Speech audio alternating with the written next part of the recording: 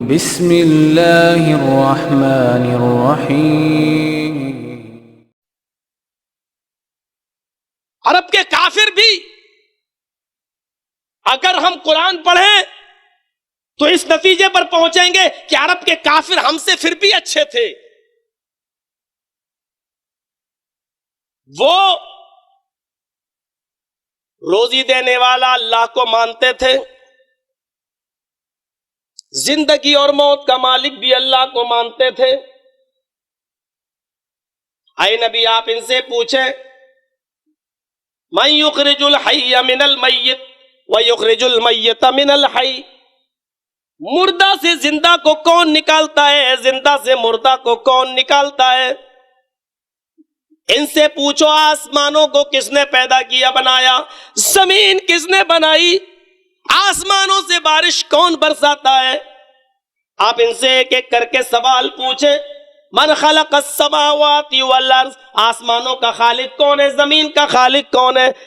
وہ یہ کہتے ہیں، یہ جواب دیں گے لَيَقُولُنَّ اللَّهُ، اللہ۔ کئی کا فَسَيَقُولُونَ اللَّهُ، ان قریب وہ آپ کو جواب دیں گے اللہ۔ لیکن اللہ کو سب کچھ ماننے کے باوجود وہ مشرک تھے۔ محمد رسول اللہ نے اپنے لسٹ میں ان کی انٹری مسلم اور مومن میں نہیں کی، کیونکہ وہ اپنے بزرگوں کے پاس جایا کرتے تھے، ان کے آستانوں پہ جایا کرتے تھے، ان کے اسٹیچیو پر جایا کرتے تھے۔ ان سے کہا جاتا تھا تم ان کی عبادت کیوں کرتے ہو؟ وہ کہتے ہیں ہم ان کی عبادت نہیں کرتے لِيُقَرِّبُونَ إِلَى اللَّهِ، ہم تو ان کے پاس اس لیے جاتے ہیں تاکہ یہ ہمیں اللہ کے قریب کر دیں۔ ہم ان کو سجدہ کہاں کرتے ہیں، ہم ان کی عبادت کہاں کرتے ہیں، ہم تو ان کے پاس صرف اس لیے جاتے ہیں تاکہ یہ اللہ کے قریب کر دیں، ہماری دعائیں اللہ تک پہنچا دیں۔ کبھی وہ یہ کہتے تھے ہؤلاء شفعاؤنا عند اللہ، ہم ان کی عبادت نہیں کرتے، بیٹا بیٹی ان سے نہیں مانگتے، ان کے سامنے سر نہیں جھکاتے، بس یہ تو ہماری دعائیں ہماری سفارشیں اللہ تک لے کر جاتے ہیں۔ ہؤلاء شفعاؤنا عند اللہ، یہ اللہ کے پاس ہماری شفاعتیں لے کر جاتے ہیں۔ ایمانداری کے ساتھ بتائیے آج کا مسلمان کیا کہتا ہے، آج کے مسلمان کا عقیدہ کیا ہے، آج کا مسلمان کس زمرے میں شامل ہے، آج کا مسلمان کس حد تک گر گیا ہے؟ وہ اس کے سامنے سجدہ نہیں کرتے تھے، وہ ان سے بیٹا بیٹی مانگتے بھی نہیں تھے، وہ الفاظ یہ کہتے تھے اے فلاں، اے یغوث، اے یعوق، اے نس، اے ود، اے سوا، اے لات، اے منات، اے عزا، مجھے بیٹا نہیں ملتا، اللہ سے دعا کرا کر مجھے بیٹا دلوا دو، میری دعا اللہ تک پہنچا دو۔ وہ اللہ کی قربت حاصل کرتے تھے، یہ نہیں کہتے تھے کہ تم بیٹا دے دو، تم بیٹی دے دو، بلکہ یہ کہتے تھے اللہ تمہارے زیادہ قریب ہے، تم اللہ سے مجھے بیٹا دلوا دو۔ آج کا مسلمان دو لفظوں میں کہتا یہی ہے کہ ہم تو ان کے ذریعے اللہ تک یہ دعا لے کے جاتے ہیں، لیکن حقیقت یہ ہے کہ وہ انہی کے آستانوں پر جا کر مانگتا ہے، اور بلکہ بالکل کلیئر کہتا ہے خدا کے پلڑے میں وحدت کے سوا رکھا ہی کیا ہے، لے لیں گے محمد سے جو کچھ لینا ہوگا۔ مزاروں پر آستانوں پر جا کر کھل کر کہتا ہے آیا ہوں تیرے در پہ تو جھولا جھولی بھر کے جاؤں گا۔ میرے بھائیوں وہ وہاں مانگتا ہے، وہ باقاعدہ سوال کرتا ہے، اور یہ نہیں کہتا میری دعائیں لے کر اللہ تک جاؤ۔ بھائی آؤ آگے بتاؤں گا جن سے تم مانگ رہے ہو وہ کتنے بے بس ہیں، کتنے کمزور ہیں۔ ابھی ان کی بے بسی اور کمزوری بھی قرآن کی آیات کی روشنی میں آپ کے سامنے آئے گی۔ یہاں ذرا میں یہ چیز دکھانا چاہتا ہوں آپ کو کہ میرے بھائیوں عرب کے کافر ہر حال میں وہ اللہ کو مانتے تھے، لیکن محمد رسول اللہ نے اس کے باوجود صرف اتنی سی بات پر کہ انہوں نے ان لوگوں کو اور اپنے بزرگوں کو اللہ کا سفارشی مان لیا تھا، اور یہ کہا تھا کہ ہم کو اللہ کے قریب کر دیں گے، بس اسی جرم کی وجہ سے ان کو انٹری نہیں دی اسلام کے اندر، نہیں تو مسلمان نہیں۔ شرک یہ تھوڑی، ایسے تھوڑی آگاہ کیا۔ مسلم شریف کے صفحات پر یہ منظر دیکھو، ایک صحابی پوچھ رہے اے اللہ کے نبی اگر جنگل میں کوئی آدمی مجھے پکڑ لے اور یہ کہے کہ اللہ کا انکار کر تب میں تیری جان چھوڑوں گا۔ کچھ لوگ مجھے پکڑ لیں، خنجر نکال لیں، تلواریں نکال لیں، مارنے پیٹنے پر آمادہ ہو جائیں، اے اللہ کے نبی بتائیے میں کیا کروں اگر وہ یہ کہیں کہ اللہ کا انکار کر؟ اللہ کے نبی فرماتے ہیں اللہ کا انکار کرنے سے تیری جان بچ رہی ہے تو بچا لے، اللہ کا انکار کرنے سے تیری جان بچ رہی ہے تو بچا لے۔ یعنی کہہ دے کہ اللہ نہیں ہے، ٹھیک ہے اللہ کا انکار کر دے، تیری نیت تو نہیں ہوگی، بعد میں اللہ کو ایکسپٹ کر لینا، قبول کر لینا، انکار کر کے اپنی جان بچا لے. اس صحابی نے سوال پلٹ دیا, اے اللہ کے نبی, اگر وہ یہ کہیں کہ میرے مالک کو, میرے سردار کو سجدہ کر تب تجھے چھوڑیں گے, تب کیا کروں؟ اگر جنگل میں ہم گر جائیں تو کیا کریں؟ اللہ کا انکار کر کے جان بچانا ہو تو بچا لو. اللہ کے نبی نے کہا, صحابہ نے کہا, اے اللہ کے رسول, اگر وہ یہ کہیں کہ میرے مالک کو یا مجھے سجدہ کرو تو؟ اللہ کے نبی کا جواب یہ تھا, ان قتلتا احرقتا. بعض لوگوں نے قتلتا کو بھی قتلتا پڑھا ہے, ان قتلتا احرقتا.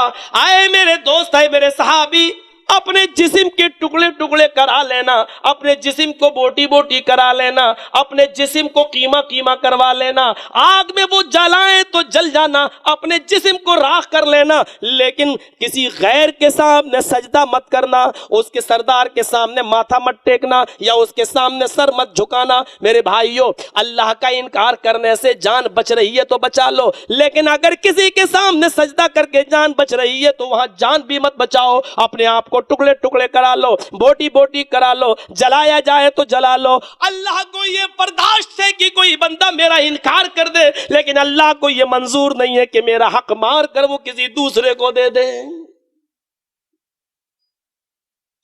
ہم جیسے لوگ ہوتے ہیں تعظیمی سجدہ جائز ہے, تعظیمی, یہ کون نکلا تعظیمی؟ میری سمجھ میں نہیں آتا یہ تعظیمی سجدہ کیا ہے. لوگ کہتے ہیں تعظیمی سجدہ وہی ہے, وہی جو آدم علیہ الصلوۃ والسلام سے اللہ تعالیٰ نے کروایا تھا, فرشتوں سے کروایا تھا کہ آدم کو سجدہ کرو, یہی تعظیمی ہے. چلو میں تھوڑی دیر کے لیے آپ سے ایک سوال کرتا ہوں, میرا سوال, اور یہ سوال ان لوگوں سے جو تعظیمی سجدے کو جائز قرار دیتے ہیں. صرف ایک سوال, ہاں اور نہ میں اس کا جواب, تعظیمی سجدہ جائز ہے یا نہیں, بس. اگر تعظیمی سجدہ جائز ہے, اس کی دلیل یہ ہے, فرشتوں نے آدم کو سجدہ کیا تھا, سجدہ صرف اللہ کے لیے, لیکن آدم کی عظمت کو بتانے کے لیے فرشتوں نے آدم کو سجدہ کیا, یہ تعظیمی سجدہ ہے. اگر یہ تعظیمی سجدہ جائز ہے اور شرک نہیں ہے تو میں تم سے پوچھنا چاہتا ہوں, عیسائی جیسس کو, عیسیٰ علیہ السلام کو تعظیمی سجدہ کرتے ہیں, یہ جائز ہے یا نہیں؟ یہودی عزیر کو, موسیس کو اور موسیٰ کو تعظیمی سجدہ کرتے ہیں, یہ جائز ہے یا نہیں؟ ہمارے ہندو بھائی کرشن, برہما, وشنو, مہیش, ہنومان, لکشمن, سیتا, ان تمام دیوی دیوتاؤں اور اپنے بھگوانوں کے سامنے تعظیمی سجدہ کرتے ہیں, ان کے سامنے اپنا ماتھا ٹیکتے ہیں, یہ جائز ہے یا نہیں؟ ایک سوال کا جواب دو. اگر تم اپنے بزرگوں کے سامنے تعظیمی سجدہ کرتے ہو اور وہ کو جائز مانتے ہو, تو ایک عیسائی عیسیٰ علیہ السلام کو سجدہ کرتا ہے, وہ مشرک کیوں ہو جاتا ہے؟ ایک یہودی موسیٰ کے سامنے تعظیمی سجدہ کرتا ہے, پھر وہ مشرک کیوں ہو جاتا ہے؟ ایک ہندو اپنی دیوی اور دیوتاؤں کے سامنے اپنا ماتھا ٹیکتا ہے, پھر وہ مشرک قرار کیوں دیا جاتا ہے؟ اگر یہ تعظیمی سجدے حرام ہے تو پھر تمہارے بزرگوں کے لیے تعظیمی سجدے جائز کیسے ہو گئے ہیں؟ اور اگر تمہارے بزرگوں کو تعظیمی سجدے جائز ہیں تو یہ بھی تو اپنے اپنے بزرگوں کو تعظیمی سجدے کر رہے ہیں, پھر یہ حرام کیسے ہو گئے ہیں؟ ان کے سجدوں کو تم عبادت کا سجدہ کیوں ماننے لگے؟ وہ کہہ رہے ہیں کہ ہم اس لیے جھک رہے, یہ مہان پروش ہیں, یہ اللہ کے نیک بندے ہیں, ہم ان کی تعظیم کر رہے ہیں. جھکتے تو ہم ایک اللہ کے سامنے ہی ہیں, لیکن یہ روپک ہیں, ہم ان کی تعظیم کرتے ہیں, ہم ان کا سمان کرتے ہیں. اگر سمانت سجدہ, اگر تعظیمی سجدہ جائز ہے تو میرے بھائیو مجھے صرف اتنا بتاؤ کہ پھر اس کی کیا دلیل ہے؟ دوسرا کرے تو حرام اور تم کرو تو جائز. سن لو میرے پیارے ساتھیو, اسی تعظیمی سجدے کے تعلق سے ابو داؤد اٹھاؤ حدیث کی کتاب اور اس کا کتاب النکاح کا چیپٹر دیکھو. سعد ابن قیس ابن سعد حدیث کے راوی ہیں, فرماتے اتیت الحیرتا, ایک مرتبہ میں شام گیا, اتیت حیرتا, ہیرا بستی میں, ہیرا ملک میں گیا, شام کا ایک علاقہ ہے. حضرت قیس ابن سعد کہتے ہیں میں ہیرا گیا, شام کی ایک بستی میں گیا, فرائیتہم یسجدون لمرزبان لہم, میں نے شام کے علاقے کے لوگوں کو، شام کی بستی کے لوگوں کو دیکھا کہ وہ اپنے بادشاہ کو سجدہ کر رہے ہیں، اور ان بادشاہوں کا لقب مرزبان ہوا کرتا تھا، وہ اپنے مرزبان کے سامنے، اپنے بادشاہ کے سامنے سجدہ کر رہے ہیں۔ فقلت رسول اللہ احق ان نسجد لک، میں نے کہا، دل میں سوچا اللہ کے رسول پھر زیادہ مستحق ہے کہ ہم ان کو سجدہ کریں، ہم ان کو سجدہ کریں، یعنی رسول اللہ اس کے زیادہ مستحق ہیں۔ جب یہ لوگ اپنے ملک کے بادشاہ کو سجدہ کر سکتے ہیں تو اللہ کے رسول تو اللہ کے نبی ہیں، پھر آپ زیادہ مستحق ہیں سجدہ کیے جانے کے، آپ زیادہ مستحق ہیں کہ ہم سجدہ کریں۔ فرماتے ہیں حضرت سعد، حضرت قیس ابن سعد فرماتے ہیں کہ میں شام کی بستی سے لوٹ کر جب اپنے علاقے میں آیا، اپنی بستی میں آیا، اور میں نے ملاقات کی محمد رسول اللہ سے، تو اللہ کے رسول سے میں نے پوچھا، آئے اللہ کے نبی، پورا واقعہ بتایا۔ اتیت الحیرہ، میں شام کے اندر گیا، رأیتہم یسجدون لمرزبان لہم، ہم نے شام کی بستی کے لوگوں کو دیکھا کہ وہ اپنے بادشاہ کو سجدہ کر رہے ہیں، تو میں آپ سے پوچھنے آیا ہوں، ہم آپ کو سجدہ نہ کریں؟ آپ زیادہ حقدار ہیں، آپ زیادہ جو ہے آپ کی زیادہ اچھی پوزیشن ہے، آپ اللہ کے رسول ہیں، جب بادشاہ کو سجدہ کیا جا سکتا ہے تو اللہ کے رسول کو کیوں نہیں؟ ہم آپ کو سجدہ کرنا چاہتے ہیں، اے اللہ کے نبی اجازت دیجئے کہ ہم سجدہ کریں۔ یہ تعبدی سجدہ نہیں، یہ تعظیمی سجدے کے بارے میں پوچھا جا رہا ہے۔ اے اللہ کے رسول کہ ہم آپ کو سجدہ نہ کریں، ہم زیادہ مستحق سمجھتے ہیں آپ کو، ہم آپ کو سجدہ کریں گے۔ اللہ کے رسول نے جواب تو دیا نہیں، لیکن سوال ٹھوک دیا۔ پڑھیے ابو داؤد، آپ کے موبائل میں اگر پڑا ہوا ہو سافٹ ویئر اسلام 360 کا تو آپ دیکھ لیجئے، ابو داؤد کتاب النکاح کے اندر یہ حدیث موجود ہے۔ اللہ کے رسول صلی اللہ علیہ وسلم نے، انہوں نے پوچھا اللہ کے رسول آپ زیادہ مستحق ہیں، جب شام کے بادشاہ کو سجدہ کیا جا سکتا ہے تو آپ کو نہیں، ہم آپ کو سجدہ کریں؟ تو اللہ کے رسول نے کیا سوال کر دیا، ارأیت لو مررت بقبری اتسجد لہ، کیا خیال ہے تمہارا اے قیس، کیا میری قبر کے پاس سے اگر کبھی تمہارا گزر ہوا تو کیا تم اسے سجدہ کرو گے؟ وہ سوال زندگی میں سجدہ کرنے کے لیے کر رہا ہے، اور آپ جواب دے رہے ہیں اپنی قبر کے تعلق سے۔ کیا خیال ہے، کل میری قبر کے پاس سے گزرو گے، لو مررت بقبری، اگر تمہارا گزر میری قبر کے پاس سے ہوا، اتسجد لہ، تو کیا میری قبر پر سجدہ کرو گے؟ قلت لا، میں نے کہا نہیں۔ قال فلا تفعلوا، آپ نے کہا ایسا کرنا بھی نہیں۔ اب سوال یہ پیدا ہوتا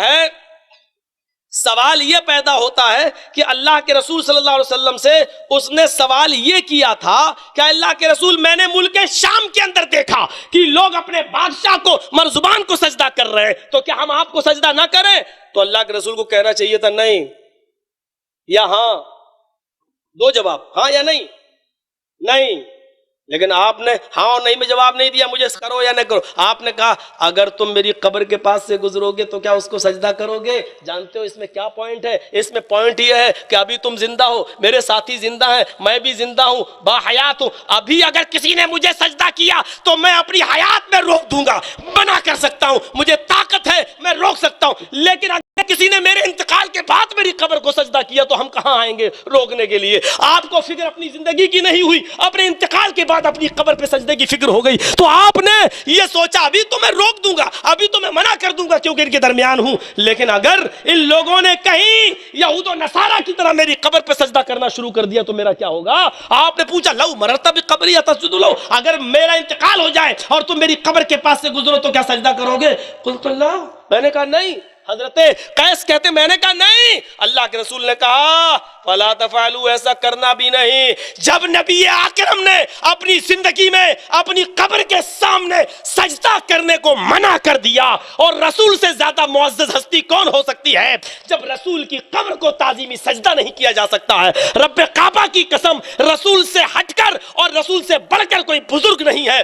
آج جن کی قبروں پر سجدے کیے جا رہے ہیں، ان لوگوں نے ان بزرگوں کو رسول سے اونچا اٹھانے اور رسول سے بڑا بنانے کی ایک پلاننگ اور منصوبہ بنایا ہے۔ اللہ ان کو ایسے گھناؤنے شرک سے ہدایت عطا فرمائے۔ تصور کیجیے آپ. اور ابو داؤد اس کو کتاب النکاح میں اس لیے لائے کیونکہ آگے ہی فرما دیا اگر اللہ کے علاوہ کسی کو سجدہ کرنا جائز ہوتا تو آئے قیس میں عورت کو حکم دیتا کہ وہ اپنے شوہر کو سجدہ کرے. اس حدیث کو کتاب النکاح میں لانے کا وجہ یہ تھی میرے بھائیوں کہ شوہر کو بھی سجدہ نہیں ہے. کیا نتیجے سامنے آ رہے ہیں؟ نتیجے دیکھیے. آپ صاف طور پر کہہ رہے ہیں، صاف طور پر بخاری شریف پڑھیے، کتاب الجنائز دیکھیے، حضرت عائشہ اس حدیث کی راویہ فرماتی ہیں لعن اللہ الیہود والنصارى، اللہ کے نبی نے یہود و نصارہ کے معاملات کو دیکھا کہ وہ اپنے اپنے نبیوں کی قبروں پہ جا رہے ہیں اور سجدے کر رہے ہیں، تو اللہ کے نبی کو فکر ہوئی کہیں یہود و نصارہ کی طرح لوگ میری قبر پر بھی آ کر سجدے نہ کرنے لگے. تو آپ نے وارننگ دے دی، بلکہ لعنت کا جملہ فرمایا لعن اللہ الیہود والنصارى اتخذوا قبور انبیائہم مسجدا. اللہ کی لعنت ہو یہودیوں پر، اللہ کی لعنت ہو نصارہ پر، انہوں نے اپنے اپنے نبیوں کی قبروں کو مسجد بنا لیا، یعنی مسجدوں میں سجدہ کیا جاتا ہے. یہ لوگ سجدہ قبروں پہ اپنے پیغمبروں کے سامنے سجدے کرنے لگے ہیں، سجدہ کرنے لگے ہیں. مسجد کا لفظ فرمایا یعنی سجدہ مسجد میں ہوتا ہے، عبادت مسجد میں ہوتی ہے. ان لوگوں نے سجدہ کر کے عبادت خانہ مزار کو بنا لیا، اپنے اپنے نبیوں کی اور پیغمبروں کی قبروں کو سجدہ گاہ بنا لیا. فرمایا اللہ کی لعنت ہو یہودیوں پر، اللہ کی لعنت ہو نصارہ پر، انہوں نے اپنے اپنے نبیوں کی قبروں کو مسجد بنا لیا، سجدہ کرنے کی جگہ بنا لی. میرے بھائیوں ذرا غور کرو، اللہ کے نبی ادھر فرما رہے ہیں ایسا کرنا بھی نہیں، آئے قیس میری قبر پہ گزرو تو سجدہ مت کرنا، اگر کیا کرو گے؟ کہا نہیں ایسا کرنا بھی نہیں. ادھر لعنت بھیج رہے ہیں، اللہ کی لعنت ہو ان لوگوں پر یہودیوں نصارہ پر جنہوں نے اپنے اپنے نبیوں کی قبروں کو سجدہ گاہ بنا لیا. ادھر آپ کے انتقال میں 2 دن باقی رہ گئے، نظر آسمان پر اٹھی تو آپ نے اپنی زبان سے بھی کہہ دیا اللہم لا تجعل قبری وثنا یعبد، اللہم لا تجعل قبری وثنا یعبد. آئے اللہ محمد کے انتقال کے بعد، میرے اس دنیا سے رخصت ہو جانے کے بعد، میرے اس دنیا سے چلے جانے کے بعد، اے اللہ میری قبر کو بت خانہ مت بنا دینا. لا تجعل قبری وثنا یعبد، اے اللہ میری قبر کو چومنے چاٹنے کی جگہ نہ بنا دینا، اللہ میری قبر کو بت خانہ نہ بنا دینا، پھول ہار اور مالائیں چڑھنے کی جگہ نہ بنا دینا، اے اللہ میری قبر کو عید نہ بنا دینا. جیسے یہودی اپنے نبیوں کی قبروں پہ سجدہ کرنے لگے، عیسائی اپنے پیغمبر کی قبر پہ سجدہ کرنے لگے، اے اللہ کہیں ایسا نہ ہو کہ میری امت کے لوگ میری قبر پہ سجدہ کرنے لگے. میری قبر کو معبد مت بنا دینا، عبادت گھر مت بنا دینا. اللہ تعالیٰ سے دعا بھی کی اور الحمدللہ نبی کی دعا ایسی قبول ہوئی کہ اللہ تعالیٰ نے آج تک محمد رسول اللہ کی قبر کو عبادت گاہ نہیں بننے دی. میں گیا عمرے کے موقع پر، میرے ایک دوست ہیں وہاں مظفر صاحب سیتامڑھی کے ہیں، وہی ڈیوٹی ہے. اب تو آج کل بہت پکڑ رہے ہیں لوگوں کو، سمجھا رہے ہیں، یوٹیوب وغیرہ پہ بہت پڑا ہوا ہے ان کا.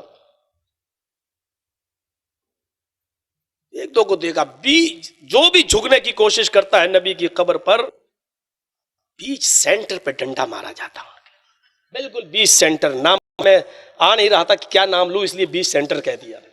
ایسے ڈنڈا مارا جاتا ہے بیچ سینٹر پہ، نہ اٹھنے کی طاقت.